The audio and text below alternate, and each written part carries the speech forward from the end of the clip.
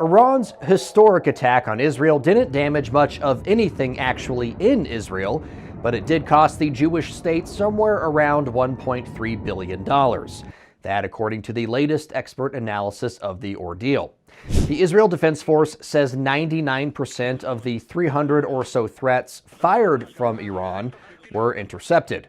Iran used an assortment of drones and missiles in its attack, which was said to be in retaliation for an Israeli strike that killed 2 Iranian generals.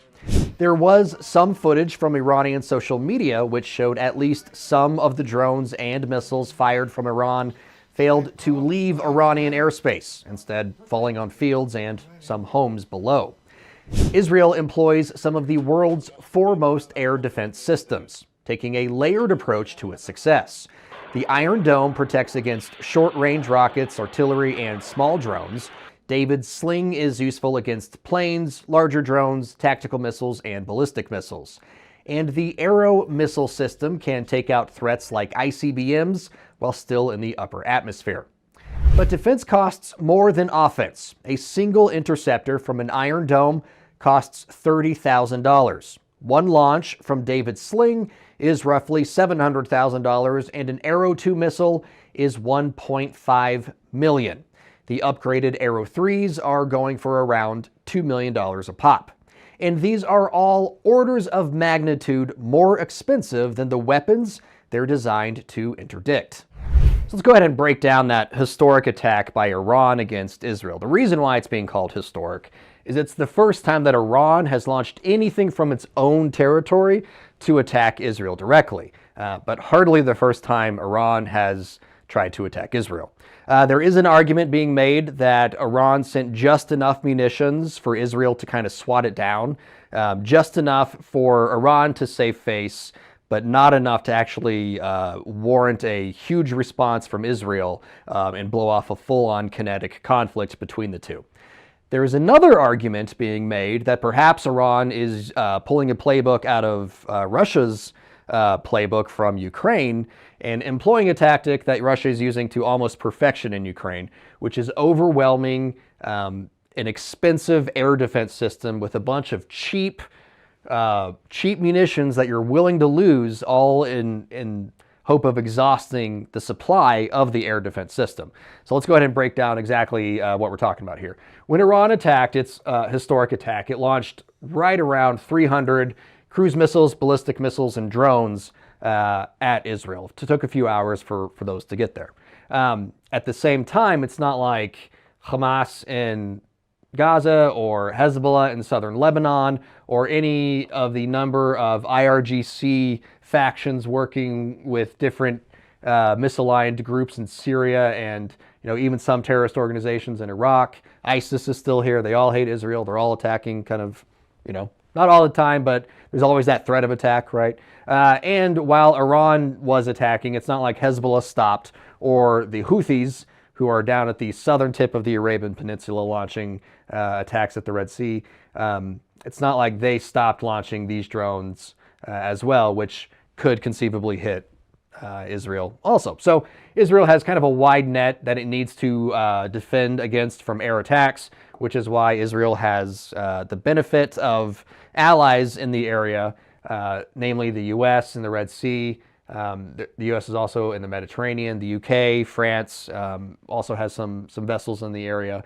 And all of these ships, all of these allies, all of the air defense systems in Israel are all working together in a unified fashion to stop all of these threats from coming in and creating, sort of a net or a cage around Israel to prevent all of these other attacks. Now, at some point, all of these cheap munitions, we got to remember Iran has a bunch of oil money that it's sitting on and a burgeoning drone industry. So they have the time, the money, and the resources to keep sending these small attacks over and over and over again at Israel. And eventually those attacks are going to exhaust the supply of the munitions in Israel. Every missile, every drone that an ally takes down is one more interceptor that Israel still has in its use. But The Navy destroyers that are out here in the oceans cannot be resupplied at sea. They carry a finite number of missiles on board. So eventually those ships will have to rotate out to go get more missiles. Eventually, if these, depending on how long these attacks stay going, you could conceivably see Israel potentially running out of interceptors like what's happening in Ukraine. I don't really see that happening, but that's the idea behind these attacks, which is why so many people are saying, where are the laser weapons which can deal with these things very quickly? In addition to high-energy lasers, there's also high-energy microwaves, and both of those make up a category of weapons called directed energy weapons. I've reported before on a lot of these types of weapons currently in development, so you can get some more good breakdowns of those over at san.com if you want more. But here's basically where that technology stands. It isn't perfect, but it's maturing. There are plenty of countries trying to develop this technology. The U.S. Department of Defense spends around $1 billion a year developing directed energy weapons. The United States uses several types of microwave systems that are good against smaller drones, even waves of them, but they have a limited distance. Lasers give commanders a little more of that standoff capability they crave, and for a fraction of the engagement cost of most any kinetic option. On average, a shot from a high-energy laser is in the neighborhood of $11 to $12. But getting the weapon out of the lab and into the field on a large scale is proving to be quite complicated. The U.S. Navy is experimenting with some high-energy lasers aboard several vessels, but there is no fleet-wide option yet. The Air Force just ditched its plans to put a laser on a Special Forces gunship.